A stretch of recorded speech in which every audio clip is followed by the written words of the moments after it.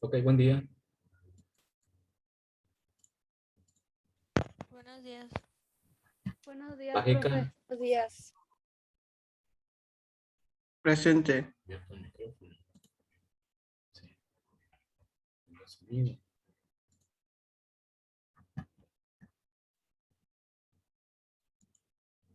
Bajeca Valladares, Benito Reyes, Presente. Bernal, Presente. Casillas, Presente. Chávez, Presente. Covarrubias, Presente. Espinosa, Presente. Flores Aispuro,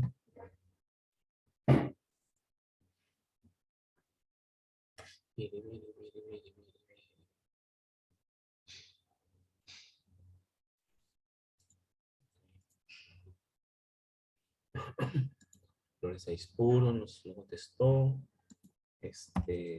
La Larza, Presente.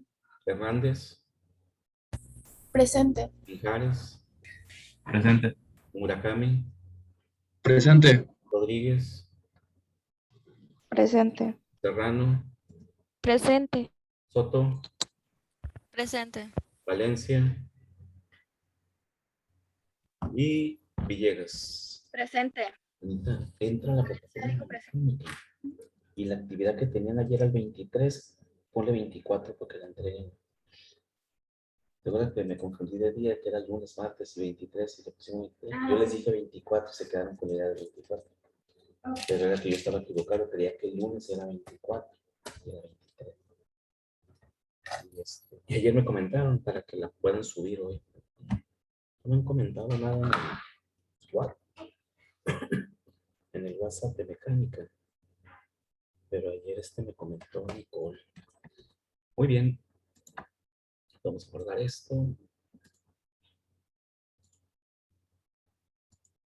Y vamos a continuar.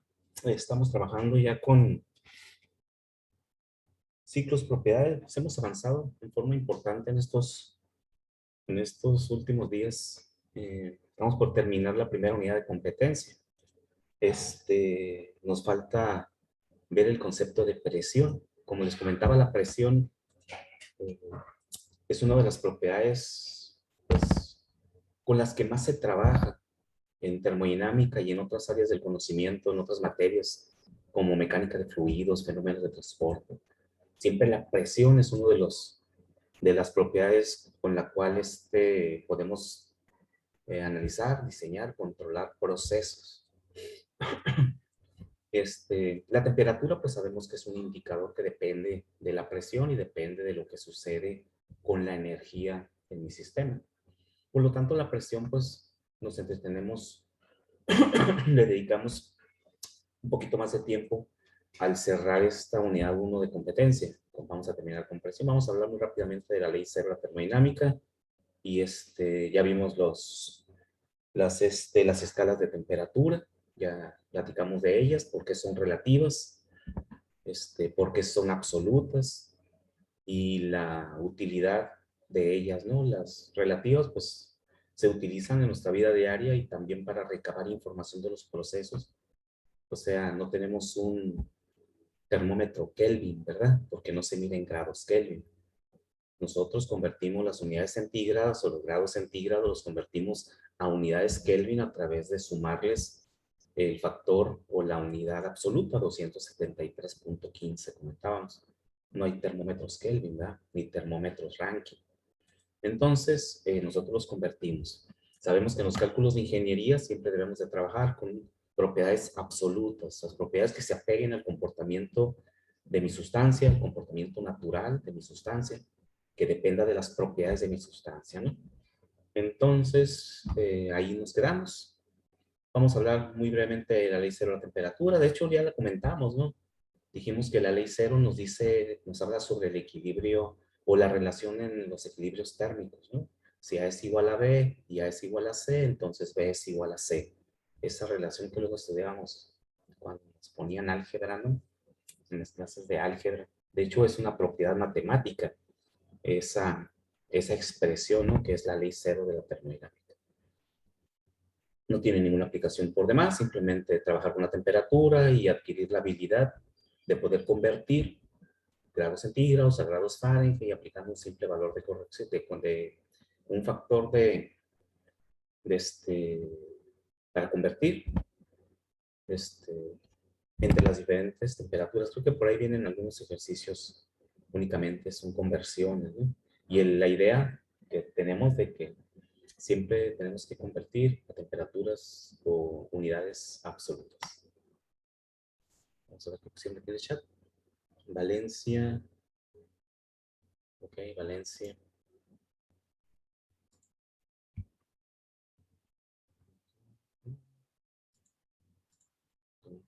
Valencia. Ok, Valencia. Listo. Asistencia. Entonces nos quedamos en la lámina 33.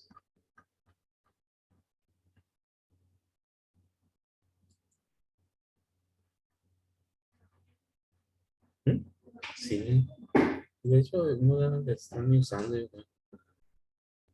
Ok, aquí nos quedamos. Hablamos de las temperaturas. Es importante que no se nos olvide eso, ¿no? Entonces, teníamos nuestra relación de conversión. Dijimos que para convertir a temperaturas, la temperatura en grados centígrados a unidades Kelvin, pues simplemente sumamos 273.15. ¿Por qué razón? Porque es la temperatura más fría que puede existir en el universo. No hay una sustancia que se enfríe más abajo de 273.15 Kelvin. Y es muy difícil alcanzar esa temperatura. En algunos experimentos se ha alcanzado casi el cero absoluto. En algunos experimentos, sobre todo para comprobar algunas teorías de Stefan Boltzmann, de Albert Einstein en cuanto al comportamiento de la materia. ¿Qué pasa con la materia cuando se enfría por debajo de la temperatura a la cual se supone que no puede existir materia más fría que eso, ¿no? Recuerden que la temperatura es el indicador de la energía. Por lo tanto, si una sustancia no tiene en realidad una temperatura, por eso sí es cero absoluto, no tiene temperatura. Aunque nosotros lo interpretamos en el concepto de frío, ¿no? Frío y caliente es una percepción simplemente, realmente es temperatura, ¿no? Si no tiene temperatura, pues se supone que no debe de tener movimiento, porque no tiene energía. Es algo de ponerse a pensar, ¿no? Pues si no hay temperatura, pues quiere decir que no hay energía. ¿Qué pasa con los electrones que giran alrededor del núcleo? Se detienen y caen porque ya no tienen movimiento, ya no tienen energía cinética, no tienen energía potencial, no tienen una energía de enlace interatómico contra el núcleo. O sea, ¿qué pasó? Es una pregunta que se hacían los físicos teóricos a principios del siglo XX, finales del siglo XIX. En estos 100 años, pues ha avanzado la tecnología y sabemos ahora que realmente la materia no se destruye cuando se enfría más abajo de lo que es posible que exista, sino que cambian sus propiedades y aparecen las propiedades cuánticas, situaciones diferentes que no podemos aplicar en nuestra vida real, pero la materia sigue existiendo bajo condiciones especiales. Pero nosotros no nos dedicamos a la física teórica, ni a la física aplicada, ni a la física nuclear. Entonces, nuestros cálculos de ingeniería se limitan a saber que existe una temperatura mínima absoluta a la cual la materia puede mantenerse y existir como la conocemos, ¿no? Materia común. Lo demás que pasa después está en otro área o en otro ámbito del conocimiento, ¿no? Pero es interesante pensar eso, bueno, si me dice que es la temperatura mínima, cero absoluto, cero temperatura, ¿qué pasa con la materia, no? Desaparece, deja de existir. No tiene energía, no tiene por qué existir, ¿verdad? Lo que no tiene energía no existe, ¿no? Muy bien. Eso nomás como colofón aquí a las relaciones absolutas y relativas, ¿no? Y para las unidades en el sistema inglés, pues sabemos que ellos también tienen su propia escala. Siempre de una manera interesante. Ahí les comentaba que podían buscar en el internet un video en YouTube muy interesante, cómo Fahrenheit fue ajustando su escala para obtener su propia escala para pues, esa parte del mundo anglosajón, ¿no?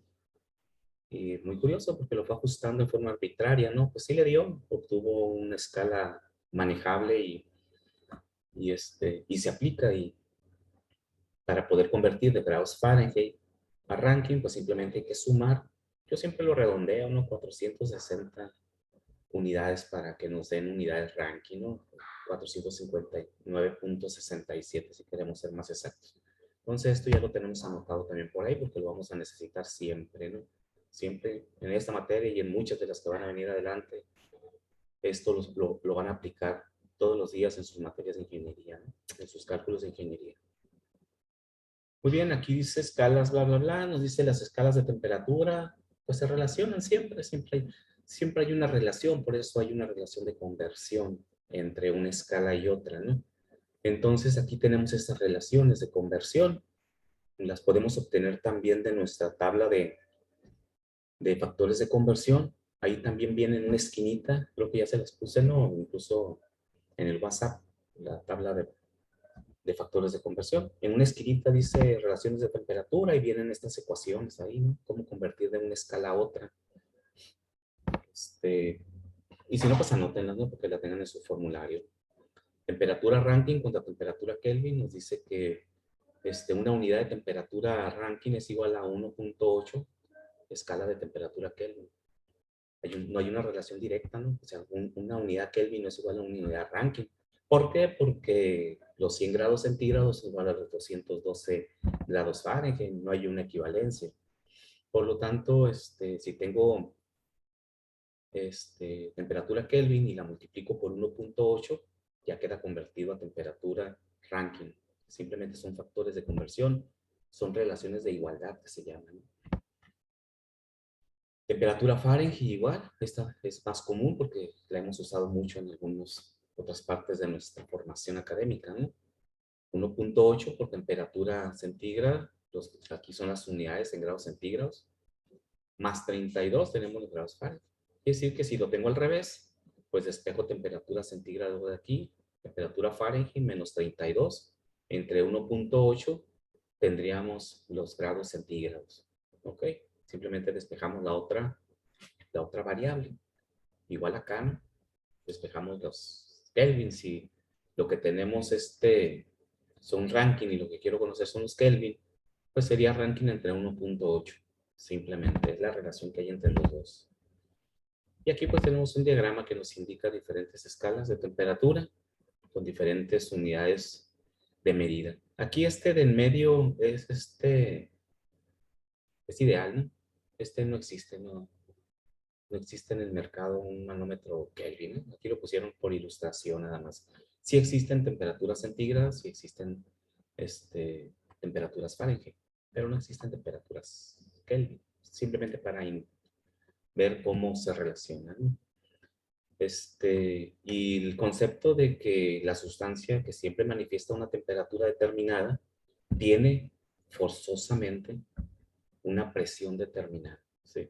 Recuerden que las tres propiedades termodinámicas coexisten siempre juntas, siempre, no las vamos a separar nunca, ¿no? Si una sustancia existe, tiene volumen, tiene temperatura y tiene presión. Y a todas estas se les llaman propiedades termodinámicas o propiedades de estado, y de ahí todas las definiciones que hemos visto, ¿no? Para definir un sistema. Y aquí tenemos un ejemplo, nos dice cómo expresar el aumento de temperatura en unidades distintas. Pues son unos simples factores de conversión. Dice, durante un proceso de calentamiento, la temperatura de un sistema aumenta en 10 grados centígrados. Expresa este aumento de temperatura en unidades Kelvin, en grados Fahrenheit y en unidades Rankine. Y nos proporciona un incremento de 10 grados centígrados. O sea, no nos dice un fluido, un sistema, inicia con una temperatura de 80 grados centígrados y después de calentarlo llega a 90 grados centígrados. Nosotros tendríamos que definir un incremento de 10 grados centígrados. Siempre que hablamos de incremento, es el valor neto de ese incremento. No sabemos realmente de dónde viene ese incremento. No sabemos cuál era su temperatura inicial. Pudo haber sido 0 y su temperatura final ser 10 y sigue siendo un incremento de 10 grados centígrados. Pudo ser 20 grados y su temperatura final son 30. Sigue siendo un incremento de 10 grados centígrados, pero las condiciones iniciales y finales son diferentes. Un gradiente siempre se obtiene el estado final menos el estado inicial. ¿Ok? Sabemos que es un cambio. El gradiente, el triangulito ese que dibujamos, significa que está cambiando entre el estado inicial y el estado final. Entonces aquí nos da ese incremento, ¿no? Delta C es igual a 10 grados. Y nos pide que lo expresemos en grados Kelvin. ¿Okay? Dice, el aumento de temperatura de un sistema se va a expresar en diferentes unidades. Eso es lo que nos da el planteamiento, ¿no? Nos pide el problema. Este problema trata con cambios de temperatura que son idénticos en las escalas Kelvin y Celsius. Entonces, un incremento, aquí está nuestra relación, ¿va? Esta que tenemos. Bueno, esta es entre Kelvin y Rankine. Esta es entre centígrados y Kelvin. La relación de incremento de temperatura entre centígrados y Kelvin es el mismo, porque forman parte del mismo sistema de temperatura. ¿Sí? El Kelvin se origina del centígrado. Por lo tanto, el incremento Kelvin, el incremento de temperatura en cualquiera de las dos unidades es el mismo. Y lo mismo ocurre en los grados Rankine, los grados Fahrenheit y las unidades Rankine. Pertenecen al mismo sistema inglés. Por lo tanto, la diferencia de temperatura como grado Fahrenheit es exactamente el mismo también como grado Rankine o unidades Rankine, porque pertenecen a la misma escala de temperatura, ¿no? No está expresándose contra otro sistema de unidades diferente. Ahí siempre son iguales. Donde cambian es cuando se comparan los dos sistemas diferentes, como es aquí, Rankine contra Kelvin. Este es el sistema inglés y este es el sistema internacional. ¿Y por qué ocurre esto? Porque es muy simple. Por ejemplo, vamos a partir de un ejemplo. Ahorita podemos poner el pizarrón. Si yo tengo un estado inicial de 20 grados centígrados, mi temperatura inicial son 20. Es más, lo voy a anotar aquí. 20 grados centígrados. Temperatura 1. Temperatura 2, para mantener el incremento de 10, pues temperatura 2 va a ser igual a 30, ¿no? Temperatura 2, 30 grados centígrados. Si yo calculo el incremento de temperatura, que sería delta C, el cambio de temperatura o el incremento de temperatura en grados centígrados, va a ser igual a temperatura 2 menos temperatura 1. ¿Ok? Si sustituyo, me va a quedar 30 menos 20. Pues nos va a quedar que el incremento de temperatura en grados centígrados es 10, lo que nos está planteando el problema. Ahora, si quiero convertir o quiero calcular cuánto es en grados, en unidades Kelvin, pues puedo rápidamente decir, pues es lo mismo. ¿Por qué? Porque yo sé que es 1 a 1 el incremento dentro del mismo sistema de unidades. Por lo tanto, delta K es igual a 10 Kelvin. O lo puedo comprobar. Si convierto, ¿cómo lo comprobamos? Convirtiendo nuestros grados centígrados en unidades Kelvin y sacando el incremento. Y aquí aplica un principio matemático, ¿no? Si a una resta, ambas variables de esta resta crecen en la misma proporción o cambian en la misma proporción, ya sea que crezcan o disminuyan en la misma proporción, cuando es una resta, realmente no hay un cambio real en mi relación. Las dos crecen al mismo tiempo, tienen el mismo valor. Cuando se resten, pues voy a obtener la misma diferencia que si no las hubiera yo convertido, ¿no? Porque no hay ningún cambio neto, ¿no? Por ejemplo, 20 grados centígrados a unidades Kelvin son 293.15 Kelvin, ¿verdad? 293.15 Kelvin. Estoy empleando la relación que nos dice que tengo que sumarle 273.15 a la temperatura en grados centígrados. Y a los 30, pues van a ser 303.15 Kelvin. Ahora aplico mi cambio de temperatura. Temperatura final, 303.15. Temperatura inicial, 293.15. La resta de los dos me da 10 unidades Kelvin. ¿Ok? Entonces el incremento en unidades Kelvin es igual a 10. ¿Se ve que no cambió? Porque los otros dos al convertirlos les sumé exactamente la misma cantidad a los dos. Y cuando los resto, pues es como si no les hubiera sumado nada, ¿no? ¿Sí? O sea, no cambio las proporciones reales entre ellos. Si todos crecen, los dos están creciendo, pero la relación que hay entre los dos como proporción se mantiene constante. Por eso aquí nos dice que delta T en Kelvin es igual a 10, igual que el centígrado. ¿Okay? Eso es simplemente ya por conocimiento, ¿no? Para convertir al sistema inglés, aquí tengo mi relación, ¿verdad? Para convertir al sistema inglés. Si ya tengo los Kelvin, puedo encontrar el ranking. ¿Qué es lo que hace aquí? Aplica la relación. Aquí está abajo, ¿verdad? ¿Sí? Tengo los Kelvin, que son 10, los sustituyo. Simplemente pues va a ser 1.8 por 10. Serían 18 ranking. El incremento en temperatura serían 18 ranking. Ok. También puedo irme a lo básico, ¿no? Y volver a plantear un ejemplo y convertirlo todo a ranking primero y luego hacer el gradiente de ranking y vuelvo a caer en el mismo lugar, ¿no? La facilidad de las relaciones es que nos hace llegar más rápido al resultado. La necesidad de estar haciendo tanto análisis.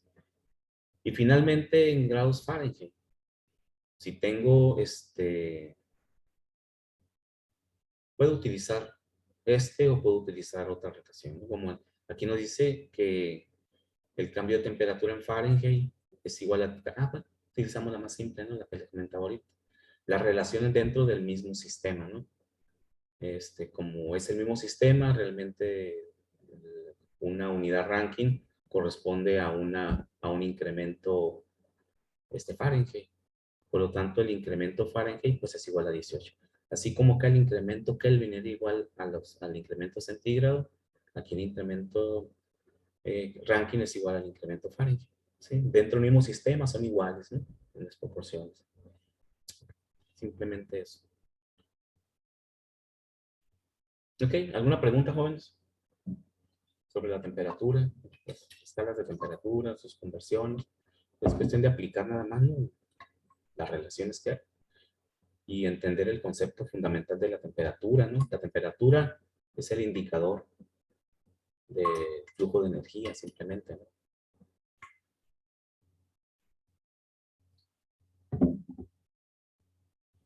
A donde voy es que la temperatura es una invención humana, ¿no? Es una invención adecuada a las necesidades de lo que queremos conocer en un sistema, ¿sí? Se inventó, realmente alguien dijo, ¿cómo determino? Tengo que ponerle orden a esto, está caliente, está frío, decían antes, ¿no? No, ponle valores y le denominamos temperatura. Muy bien, aquí dice la temperatura en el interior del organismo de una persona saludable es 37 grados centígrados. ¿Quién nos dice cuánto es en Kelvin? Ahora sí, ¿cuál es la temperatura absoluta de una persona? No su temperatura relativa o su temperatura en escala centígrada. Su temperatura absoluta. ¿Cuál será? Si su temperatura es 37 grados centígrados.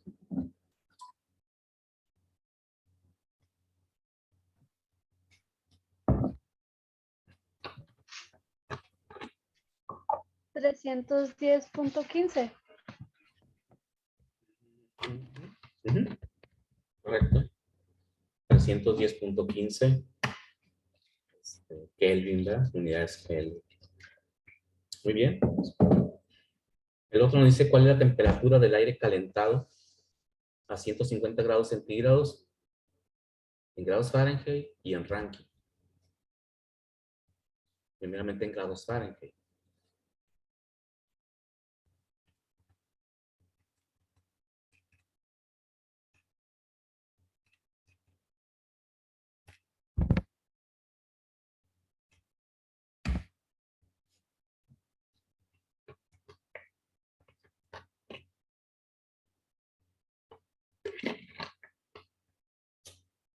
A ver cuánto les da. Grados Fahrenheit. Recuerden, temperatura a grados Fahrenheit es igual a 1.8 por temperatura centígrada más 32, ¿no?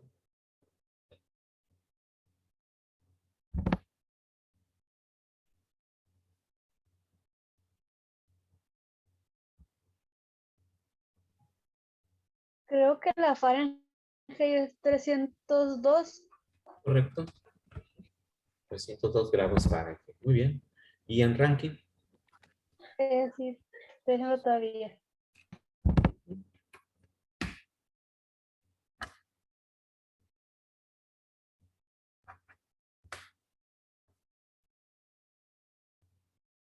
¿Los demás? ¿Cuánto les da a los demás? ¿O todos apoyan a Stephanie ahí con su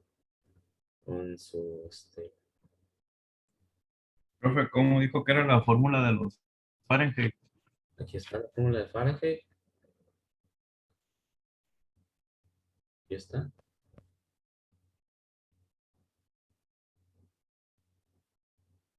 ¿Tienen su formulario? ¿No? Los rankings son 761.67. Ok, correcto.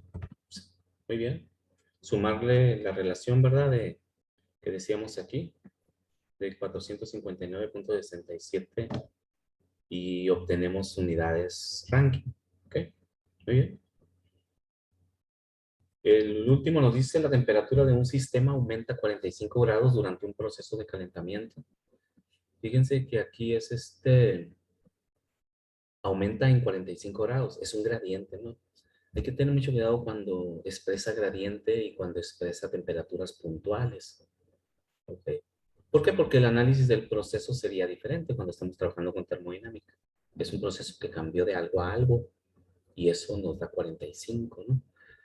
Durante un proceso de calentamiento expresa en Kelvin ese aumento de temperatura. ¿Mm? Está directo aquí, ¿va? ¿Cuál es el incremento?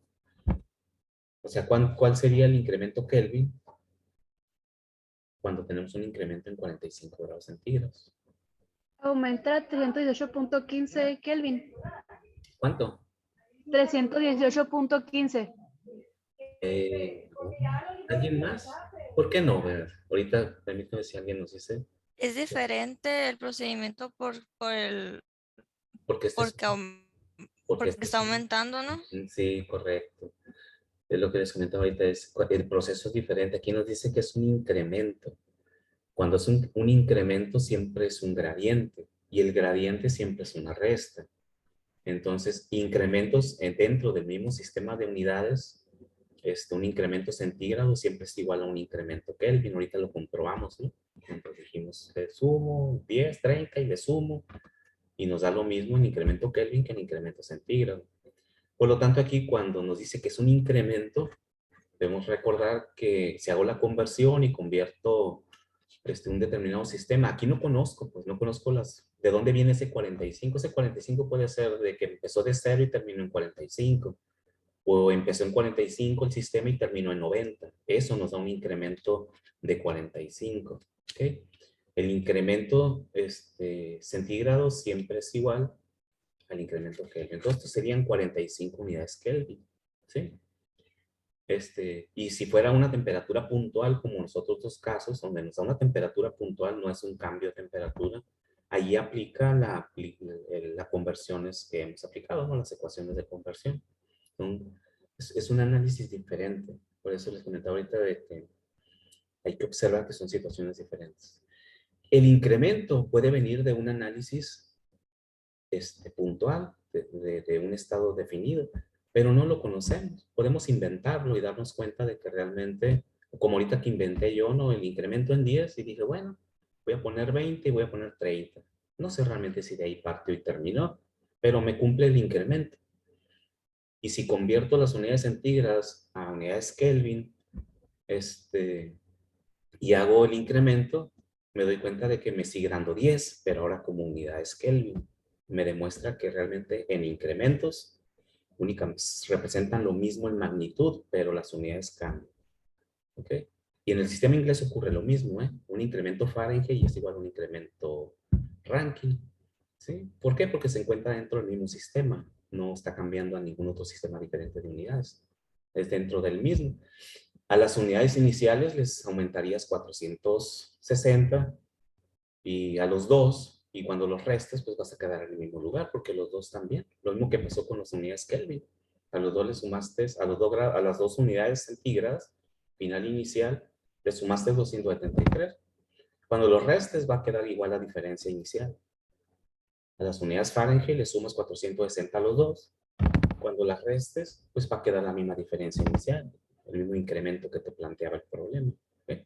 Pues ya lo podemos dar como algo que ya verificamos y simplemente aplicarlo. Dentro de un sistema de unidades, el incremento no cambia su magnitud, únicamente cambia la unidad. Entonces aquí son 45 unidades Kelvin. ¿Okay? Muy bien. Muy bien. Y pues ya habíamos hablado de la ley cero, la termodinámica, ¿no? El equilibrio termodinámico, ¿no? O sea, la relación que hay de temperaturas entre tres sustancias. Pues vamos a entrar a presión, aprovechar lo que nos resta de la clase para entrar a presión. ¿Qué es la presión? ¿Quién nos dice qué es la presión? En esta clase, creo que en esta termodinámica, en esta clase, es donde comienzan ustedes a trabajar con presión, ¿va? No se ve todavía, no lo habían visto en alguna materia anterior. La van a volver a ver en mecánica, la van a volver a ver en termodinámica, la van a ver en físico-química, en todas las materias donde tengamos sistemas que tengamos que definir y trabajar con ellos, sistemas de cualquier tipo, está presente la presión como una propiedad de las más utilizadas, ¿no? Entonces, ¿qué es la presión? Estamos muy acostumbrados a manejar el concepto y muchas veces ya cuando nos detenemos a analizar qué es, qué significa, nos frenamos un poquito, ¿va? Porque decimos, no, es que sufro de la presión, tengo presión alta. Y damos por hecho que el concepto lo entendemos. ¿Verdad?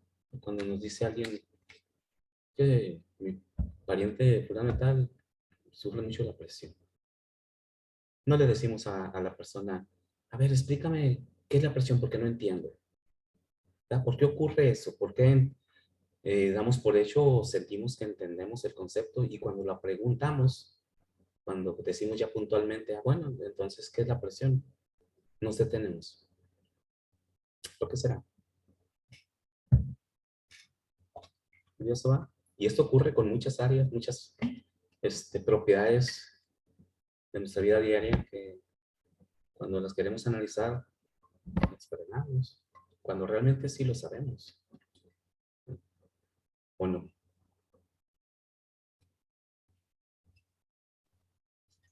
Pues sí. ¿Verdad que sí?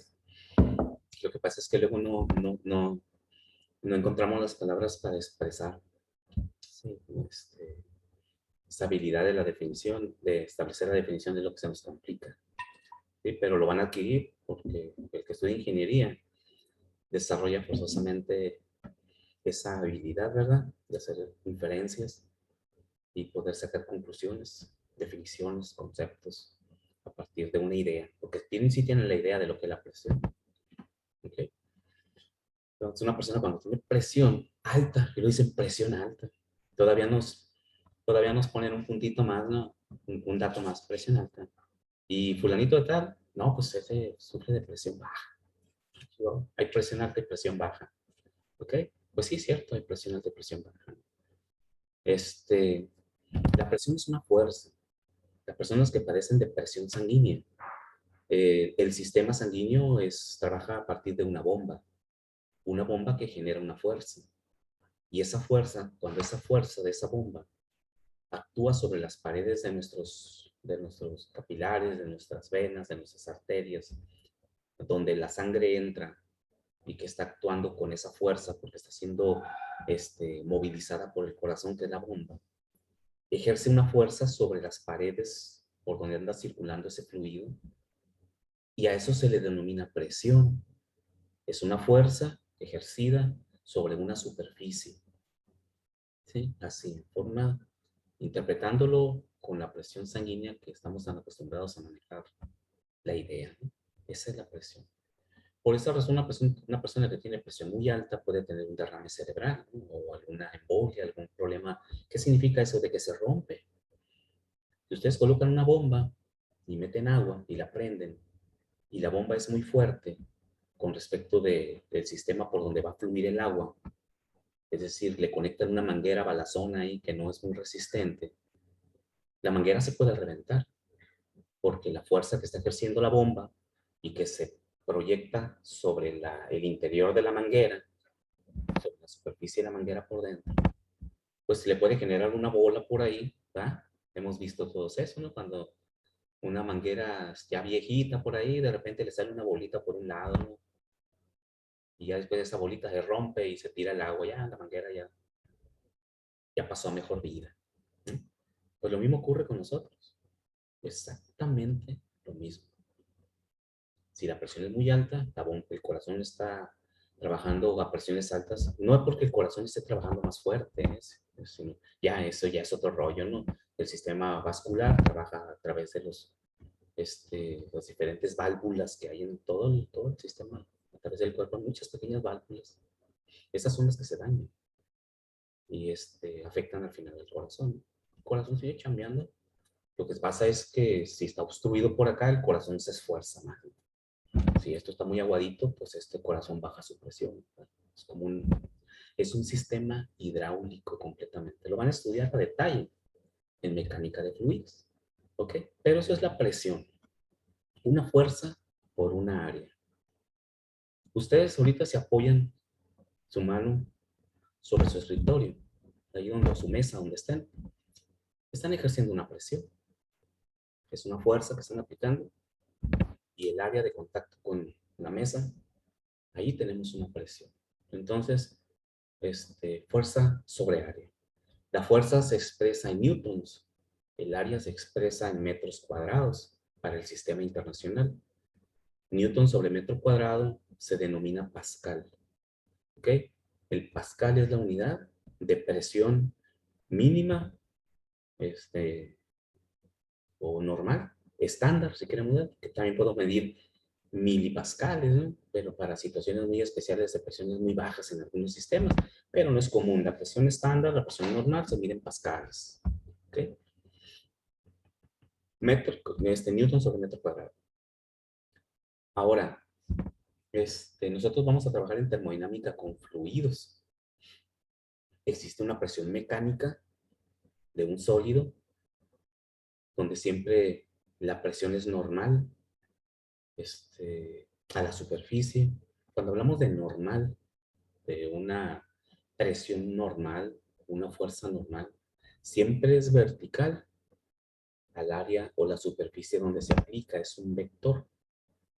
¿Sí? Se maneja como un vector en sistemas mecánicos. Ya después vamos a ver que cuando estamos hablando con gases, no es un vector, sino que actúa en todas direcciones y cambia, no tiene un sentido definido, ¿no? Pero haciendo un primer acercamiento a lo que es la presión, es una fuerza normal sobre un área. No sé si tengo aquí algún dibujito. Pues el primer problema que hagamos en el pizarrón, ahí lo vamos a graficar, ¿no? Entonces, cuando ustedes aplican una fuerza sobre su escritorio, esa es una fuerza normal. Es de arriba hacia abajo Y esta es la superficie de la mesa y la fuerza está aplicada así. Forma un ángulo de 90 grados con la superficie donde se aplica la fuerza. Por lo tanto, es esta. La pluma representa la fuerza normal porque forma un ángulo de 90 grados con la superficie donde se aplica. ¿Okay? Esta fuerza es normal para líquidos y para sólidos. En mecánica de fluidos lo aplican mucho para calcular cargas hidráulicas y presiones hidráulicas. Pero en los gases se comporta de otra forma, ¿verdad? Porque mientras que el líquido carga sobre la superficie, ¿verdad? ¿Dónde es la mayor presión de este líquido que está en este recipiente? La masa está ejerciendo una fuerza hacia abajo, sobre esta superficie. Pues aquí existe la máxima presión, porque es la carga de este fluido. Y es normal, hacia abajo. El agua actúa hacia abajo, ¿sí? De forma normal, como si fuera un sólido. Y si es un gas, si en un recipiente tenemos un gas, recuerden que por definición el gas actúa en todas direcciones. Mientras que el líquido toma siempre la forma del recipiente que lo contiene, un gas también toma la forma del recipiente, la forma total del recipiente que lo contiene y llena completamente el recipiente. Esa es la diferencia, ¿no? Entre lo que es un líquido y lo que es un gas. El gas también toma la forma del recipiente, pero en forma total, lo llena, mientras que el líquido no, va a estar en función del nivel del líquido. Un líquido puede estar destapado en un recipiente, no pasa nada. Un gas no lo puedes tener destapado, se va. ¿Ah? Entonces, la presión en los gases actúa en todas direcciones. Entonces, dice, este concepto aplica solo para gases y líquidos. En los sólidos tenemos el esfuerzo normal. Generalmente se manejan como sinónimos, ¿sí? De presión, ¿no? ¿Okay? Pues esa es la presión. Por lo tanto, cuando hablábamos del globo famoso, sé que teníamos ese globo que ya calentábamos y ya enfriábamos, ¿no? Cuando estábamos analizando la presión, las propiedades termodinámicas, ¿no? Presión, volumen y temperatura. Pues dentro de ese globo crecía en todas direcciones, ¿no? Cuando lo mirábamos que se calentaba y incrementaba su presión y crecía en todas direcciones. Entonces, tenemos 3 tipos de presiones. Y dependen de la configuración de mi sistema. ¿Sí? Que son la presión manométrica, la presión absoluta y la presión de vacío. Y esta otra presión que siempre está presente, que es la presión atmosférica, ¿ok? Que actúa sobre los sistemas para manifestar las otras presiones que comentamos. La presión de vacío, la presión manométrica y la presión absoluta. Entonces vamos a empezar por la presión atmosférica, ya sabemos lo que es, ¿verdad? ¿Qué es la presión atmosférica? Antes de entrar a la presión manométrica. ¿Quién nos comenta qué es la presión atmosférica? Ya con las definiciones que hicimos de presión, ¿no?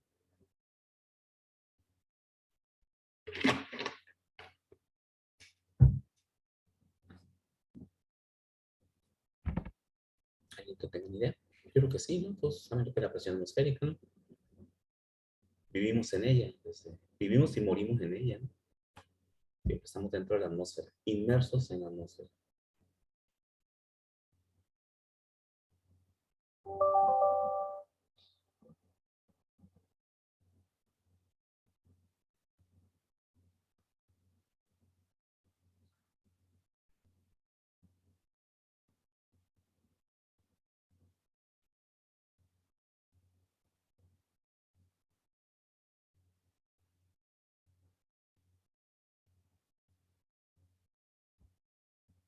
No, no saben lo que es la presión atmosférica. ¿Dónde pasaron? Pues es la fuerza que ejerce el aire sobre la superficie, creo, sobre la tierra. Sobre todo lo que esté abajo de ella, ¿no? Incluso sobre nosotros, ¿no? Correcto. Si dijimos que la presión es una fuerza que se ejerce sobre un área, como definición general, pues la atmósfera es la fuerza, ¿no? Que ejerce la masa del aire, como definición o como principio general. La presión no puede existir si no hay masa, si no existe una sustancia, ¿no? Si es vacío no hay presión. La presión existe porque existe la materia, ¿no? Entonces, la masa de la atmósfera ejerce una fuerza sobre todo lo que esté abajo de él, ¿no? Sobre toda la superficie de la Tierra, incluyéndonos a nosotros, ¿sí? Nosotros soportamos la presión atmosférica, ¿sí? Aquí luego les platico, para tener una idea de lo que es la presión atmosférica realmente, que luego cuando un bebé empieza a caminar, le festejamos al bebé, ¿no? Que ya está empezando a caminar y ya se empieza a levantar, ¿no? Y decimos, mira, mira, ya el niño ya empieza a levantarse, ya tiene fuerza en sus piernitas, ya está aprendiendo a caminar. No, no está aprendiendo a caminar, no está aprendiendo a levantarse. Está luchando contra la fuerza atmosférica, que lo tiene aplastado contra el suelo y no lo deja levantar, que es diferente. No tiene fuerza en sus músculos porque no la ha desarrollado para vencer todos esos kilos que tiene que soportar, que son algunos. Si ustedes calculan lo que pesa una columna de aire, y los 25 kilómetros más o menos que tiene de alta la atmósfera hasta donde ya no hay nada, todos nosotros andamos cargando entre 400, depende de qué tan gordito eres, ¿no? Si eres más gordito, pues tienes más área sobre la cual actúa esa columna de aire que tienes arriba. Si eres más delgadito, o sea, Rondamón, el Chavo del 8, pues ese batallaba menos con la presión atmosférica, ¿no? Pero el ñoño, pues ese sí soportaba más presión atmosférica. Pero así en forma, por dar un número entre unos y otros, entre 400 y 500 kilos de peso soportamos todos los días y no lo sentimos. No lo sentimos porque nuestros músculos de nuestras piernas ya se acostumbraron a soportar ese peso que tenemos que estar cargando todos los días. Es una presión. Igual pasa con el bebé. Cuando ya logra fortalecer sus piernitas y logra vencer la columna de aire que lo está aplastando, pues se levanta y decimos, ya aprendió a caminar, ya se levantó, ¿sí? Eso es lo que ocurre. Aparte de la fuerza de gravedad, que ese es otro boleto, también la fuerza de gravedad en la Tierra, ¿no? Tenemos que soportar también esa fuerza que nos aplasta también, que nos atrae. Mientras que la presión nos aplasta, la gravedad nos atrae. Y no lo sentimos, porque aquí estamos, ¿no? Aquí estamos acostumbrados. Entonces eso es la presión atmosférica. Y tiene un valor. Tiene un valor, ¿verdad? Todos sabemos que como valor unitario, como nuestra capa gaseosa se denomina atmósfera, pues le llamamos en el sistema internacional atmósfera también, o en el sistema de ingeniería atmósfera, una atmósfera, como un valor general, ¿no? Pero ¿a cuánto equivale esa atmósfera? Pues hay que medir. Hay que medir la fuerza que ejerce la masa, fuerza es igual a la masa, ¿no? Por la aceleración de la gravedad, y luego la densidad de esa columna gaseosa, o sea, cuánto pesa esa columna gaseosa. Y sabemos que en el sistema inglés, una atmósfera es igual a 14.7, perdón, libras por pulgada cuadrada. Si lo queremos saber en cuánto equivale a kilos por centímetro cuadrado, pues hagan la conversión. Pero hay una relación, una atmósfera es igual a 14.7 libras por pulgada cuadrada. Cada pulgada cuadrada de superficie, es decir, aquí arriba tenemos todos muchas pulgaditas cuadradas de superficie. Cada una de esas pequeña área cuadrada de 2.5 por 2.5 soporta una masa de 14.7 libras. ¿Ok? De ahí podemos incluso estimar cuánto estamos cargando de peso nosotros, ¿no? De la atmósfera. Muy bien, entonces anotamos eso. Una atmósfera es igual a 14.7 libras por pulgada cuadrada. Y es la fuerza o la carga atmosférica sobre todo lo que esté abajo. Y podemos entonces también anotar otra característica de la atmósfera, ¿no? La atmósfera pierde o va reduciéndose el valor de la atmósfera conforme vamos subiendo, ¿no? Eso es importante considerarlo también. La presión que hay aquí a nivel del mar no es la misma presión atmosférica que hay en la Ciudad de México. Entonces, si ya razonamos que es el peso de la atmósfera, ¿en dónde es más alta la columna de gas? Pues aquí con nosotros, a nivel del mar, 25 kilómetros. En la Ciudad de México, que están como a casi 2.000 metros, 1.800 metros sobre el nivel del mar, pues ellos tienen una menor columna de aire arriba de ellos, por lo tanto ellos deben de estar sintiendo y midiendo. Si pongo allá un barómetro, voy a medir una presión atmosférica menor a una atmósfera. Una atmósfera la medimos aquí a nivel del mar, con un barómetro, vamos a ver. ¿Okay? Entonces la presión atmosférica cambia con la altura. ¿Hasta dónde? Hasta cero, ¿no? Allá a 25 kilómetros, prácticamente ya no hay atmósfera. Ahí es cero. Y si nos alejamos más, pues nos salimos del planeta y ya no hay nada, no es vacío. ¿Y dónde es máximo? Aquí a nivel del mar, ¿sí? A nivel del mar. Sí, eso quede claro, ¿no? Porque es muy empleado en los cálculos de termodinámica también. ¿En dónde está mi sistema? ¿A nivel del mar o está en una ciudad elevada? Porque eso afecta las propiedades termodinámicas. ¿Okay? Muy bien, ¿alguna pregunta, jóvenes? ¿No? Bueno, vamos a continuar la próxima clase con presión. Y pues nos vemos la próxima clase. Cuídense. Ok, profe. Adiós, profe, gracias. Bye bye, nos vemos.